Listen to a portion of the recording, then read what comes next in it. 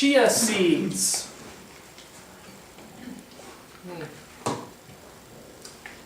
So this is one of my favorites at the moment. They're all my favorites. It's hard to choose. But chia is probably the fastest rising superfood star out there at the moment. I don't know, everyone just seems to be talking about it. And for this reason, we've had major supply issues because the world has gone absolutely crazy for it. And certainly the organic supply has been very, very, very difficult. It's been quite an issue for us to actually get stock of certified organic chia seeds. What are chia seeds? How many of you have eaten chia before? Okay, quite a lot of you. You would have all eaten it if you had the chia meal sample today, because it was in there. It is a little seed from South America. Thousands of years of history again with its use. Very similar to flaxseed in properties, but flaxseed is a very new food for humans. It's not one that's been eaten for a very long time. Like it's really only in the last 100 years or so.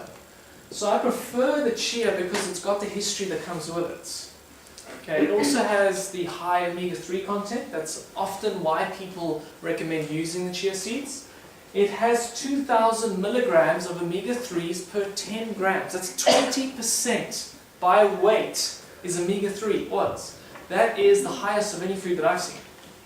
Radically, radically, radically high.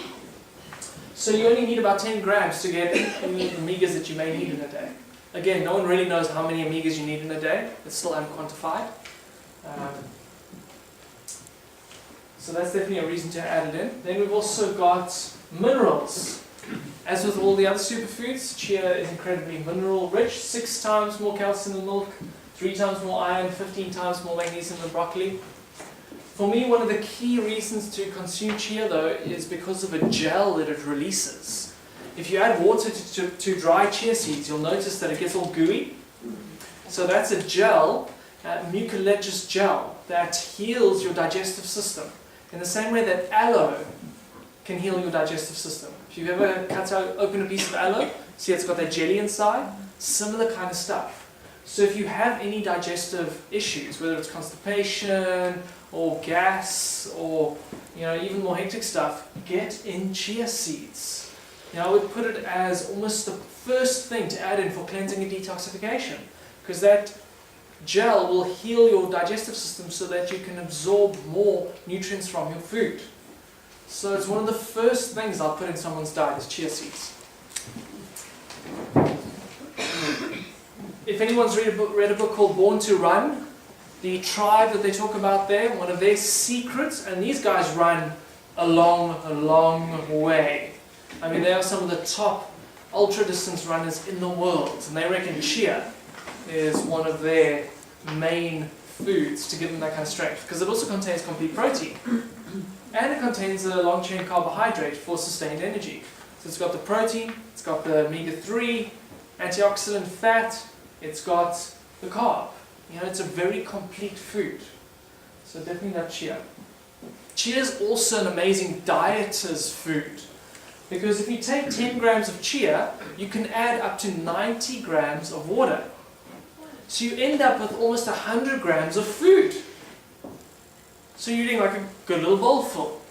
So you're eating it, but all you've had is 10 grams of chia. It's actually not that much. Because of the gel, you're kind of tricked into thinking you've eaten a lot of food. So it's a great way to diet. I don't like the idea of dieting because they never work.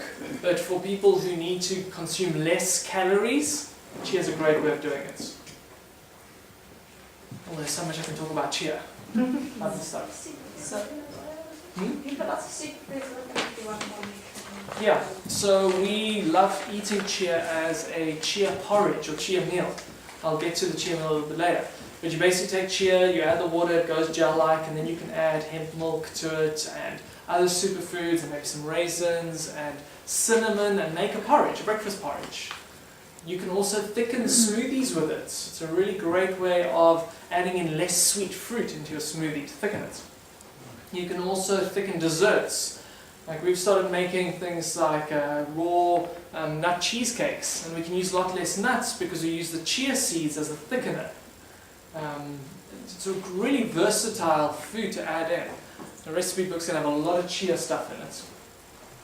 And how about for baking? Could it possibly function as a good egg replacement? I haven't tried, obviously. I don't baking, know. Like for cakes or something like that. My only concern with baking is that omega-3s go rancid really easily. So they'll get destroyed, but they'll actually go rancid. So then they'll be counter health.